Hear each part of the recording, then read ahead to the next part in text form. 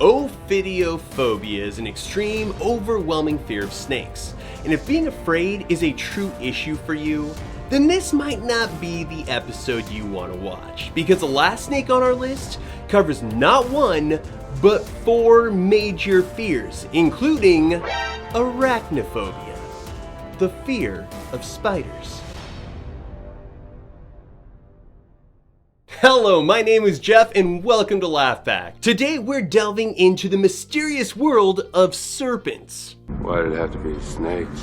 But not your ordinary garden variety. Nope, we're talking about the top 10 most bizarre snakes that'll make you do a double take, including the last one that will cover not 1, but 4 major phobias. So stick around for that. Now buckle up as we cover creatures that will either ease your fear of snakes or bunch it up to the next level.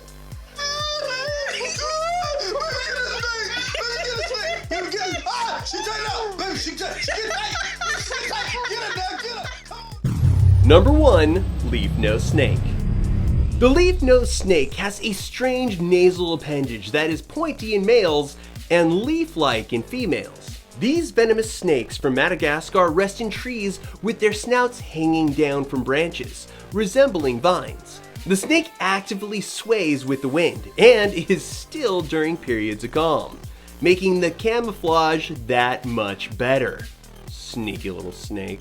When they sight their tree lizard meal from this position, they ambush and strike with rapid speed. What are you doing? Get it out of there! Researchers are still not entirely sure if the snout serves to camouflage these snakes from predators or to keep it hidden from the snake's prey, or if the snout shape has another purpose altogether. Number 2, flying snake. If slithering snakes make your skin crawl, what would snakes soaring through the air do? The flying snakes of Southeast Asia don't rely on looks for their membership in the bizarre snakes category. Instead, they use the power of flight. They can fly as far as 300 feet. To take off, they leap from tree branches. While airborne, they flare their ribs and suck in their abdomens to make themselves broader and more concave for better aerodynamics. During flight, the snakes undulate from side to side and slightly up and down. What? This motion helps the snake stay airborne, turn, and navigate the glide. It isn't really known why these snakes fly, but scientists think it is to escape predators and move from tree to tree without descending to ground level. What is agreed upon is that they are the only limbless vertebrates known to have this skill. Ah, come on. Number 3, desert horned viper. Desert horned vipers, which live in northern Africa and the Middle East, could be why the devil is often depicted with horns. The serpent's horns, which are modified scales, are retractable or at least can be folded down, allowing the snakes to burrow easily. Bert, they're under the ground! They're under the ground! Again, scientists aren't sure of the horn's purpose, but they may help prevent sand buildup around the eyes. The snakes tend to be small, never measuring more than 2 feet in length. These abundant snakes may have even played a role in the death of Cleopatra. Yes, many believe it was a horned viper that the Queen of Egypt used at the time to help take her own life, but that theory has been challenged multiple times. Oh, now that bite would have been a royal pain. Number 4, tentacled snake. This aquatic snake, a native of Southeast Asia, is the only species in the world to possess twin tentacles on its snout. These tentacles are sensory organs that help them, quote, see in the murk of the rice paddies, rivers, and lakes it calls home. They also use the tentacles as a lure to unsuspecting fish. In addition to the unusual snout, their tail is prehensile, meaning they can use it to grab onto and hold different objects. The snake uses it to anchor itself to aquatic plants, much like a seahorse. Oh boy. But the coolest feature is that these snakes can go completely rigid when being investigated by a predator, appearing to be nothing more than a water-soaked branch. Maybe that's the snake that Moses used. The power of God. Number 5, the two-headed snake. Okay, so this is not one specific species, but it can occur in many species. Though this is not a common trait and can be pretty rare in nature, two-headed snakes can come from a mutation in the reproduction process. This condition is known as bicephaly. Because most snakes lay eggs, once the egg has been produced externally, the eggs are much more susceptible to environmental factors such as radiation, improper temperature, or chemical exposure. Due to these risks, the embryo has a higher chance to have genetic issues and mutations. For every 100,000 snake births, only one will be a two-headed snake. For those who have a hard time with math, like myself, that is around a 0.001% chance of reproducing a two-headed snake. Now, the toughest thing about this is that even though the snake has one body, they still have two heads, which means two brains to operate one body system. I mean, I like my siblings too, but I don't like them that much. Number 6, thread snake. The thread snake, which is local to the Caribbean islands, is the smallest snake species in the world. At only 4 inches long and about as wide as a spaghetti noodle, it may look more like a worm or a grub crawling through the grass or under a rock. These snakes are so small that their eggs actually look huge when comparing them to the mother's body size. The hatchlings are half the size of an adult's body. The reason for such large children is because if they were any smaller, there wouldn't be any food for them to consume, which would be troublesome seeing how the snake's diet consists of nothing but termites and ant larvae. Number 7, hognose snake. Other than its upturned pig-like snout, which is used for digging in sandy soil, this snake doesn't appear too strange until it's threatened. Capable of flattening its neck to resemble a cobra, it will strike, but the strikes are pure bluffs. It doesn't bite at all, but merely headbutts.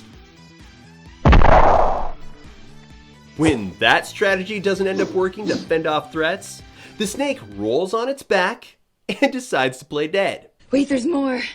To add to this deception, they will emit a foul musk and cartoonishly hang its tongue out of its mouth. Thank you. Oh, you're too kind. Number 8, feathered tree viper. The feathered tree viper is a small, strange viper from Central Africa. They have these long scales that bristle off their body in a way that one usually only sees in drawings of dragons, and not so much in actual reptiles. Now, like all vipers, feathers have retractable fangs in the front of its upper jaw. But unlike most snakes, there is no known antidote to its venom, which causes blood clotting difficulties, pain, and swelling, and often death. Yeah, sorry about that. Number 9, elephant trunk snake. The elephant snake gets its name from its unusual skin, which is wrinkled and baggy, and gives the impression of being several sizes too large for the snake. It's like this snake went on a new weight loss diet. The scales are also unusual. They are large and knobby, hence the snake's alternative common name, warty snake. Ugh, warty snakes, oh, those are the worst. What did he say? Elephant trunk snakes are completely aquatic and are particularly helpless on land. They can't slither because they lack the broad scales in the belly that are common to most snakes, and an important aid when moving on land. However, those warty scales are very useful when hunting in the water. Elephant trunk snakes feed on fish, including catfish and eels. They lack venom, so they use constriction to squeeze their prey. These big knobby scales are an adaptation to hold slippery fish and constrict them underwater. Number 10, spider-tailed viper. Now, this viper found in western Iran has one of the most unusual tails in the snake world, which is why we saved it for last. Their tail looks like a spider. Its purpose isn't to make the snake seem extra terrifying, but rather to act as a lure.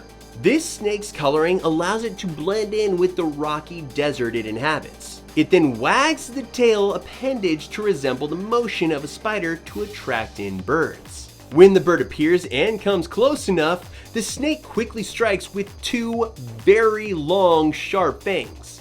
This snake was officially discovered in 2006, and as a relatively new find, almost nothing is currently known about this species because only a handful of studies have been performed, adding to the fear of the unknown to reasons why the snake would terrify so many.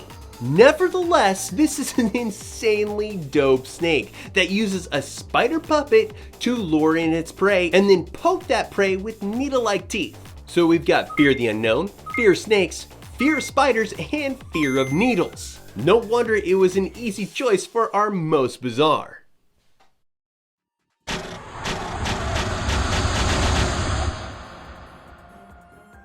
Well, there you go. Did you like the list? Did it add to your fear of snakes or show you that there are some snakes that look pretty silly and kind of adorable? Let us know in the comments below. If you haven't already, hit subscribe so you don't miss out on future animal goodness. Go ahead and smash that like button. If you find yourself in Iran, don't go smashing random spiders.